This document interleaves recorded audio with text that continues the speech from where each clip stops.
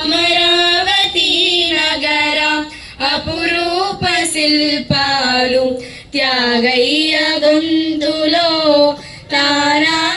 భారతదేశానికి స్వాతంత్రం వచ్చింది కానీ ఆంధ్రులకు ప్రత్యేక రాష్ట్రం ఏర్పడలేదు.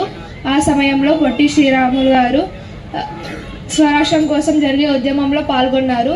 1952 అక్టోబర్ 19వ తేదీన నిరాహార దీక్ష చేపట్టారు.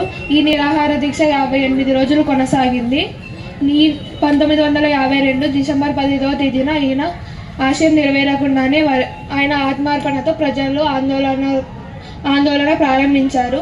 పొట్టి శ్రీరాములు అమర్ రహే అంటూ నినాదాలు జరిపారు.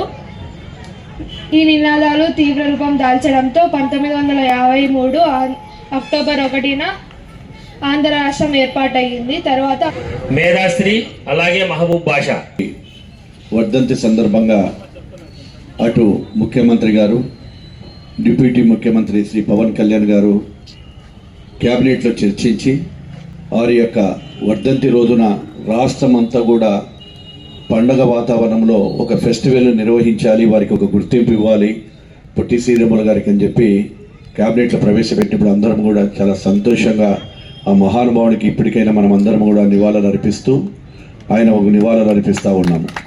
అదేవిధంగా ఆయన చేసినటువంటి ఎవరి కోసం ప్రజల కోసం స్వార్థం లేకుండా చేశారో ఆ విషయాలన్నీ కూడా పెద్దలు ఇందాకే చదివారు. మనం ఒక్కసారి ఆలోచన చేసుకోవాలి.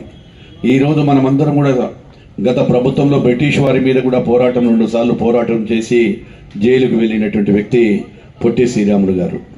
ఆ రోజు ఏ స్వార్థం లేకుండా తన భవితాన్ని, భార్యను, పిల్లలను కూడా వదిలేసి ప్రజల కోసం, రాష్ట్రం కోసం మమేకమై ఆ ప్రజల కోసం ప్రాణాలకైనా ఇస్తానని బలిదానం చేయడం అంటే సామాన్యమైన పని కాదు.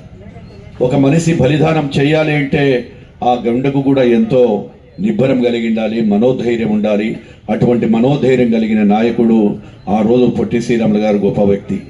ఈరోజు కూడా ఆంధ్రప్రదేశ్ రాష్ట్రం విడిపోయిన తర్వాత కూడా ఆంధ్రప్రదేశ్ ఈరోజు ఆయనను గుర్తుపెట్టుకునే విధంగా రాష్ట్రం మొత్తం మీద కూడా ఈరోజు శ్రీ పొట్టి శ్రీరాములు వర్ధంతి ఫెస్టివల్ను కూడా చేసుకొని అనౌన్స్మెంట్ చేసి జీవోనిచ్చి ప్రతి సంవత్సరం ఆయన మనమందరం కూడా ప్రతి నిత్యం తలుచుకునే విధంగా ప్రతి సంవత్సరం ఆయన చేసినటువంటి మరవకూడదు, ఆయన బలిదానం వృధా కాకూడదు, ఆ బలిదానం వృధా కాకుండా ఉండాలని ఈరోజు పొట్టి శ్రీరాములు గారికి అఫీషియల్గా కూడా పొట్టి శ్రీరాములు ఫెస్టివల్ కూడా నిర్ణయించడం జరిగింది.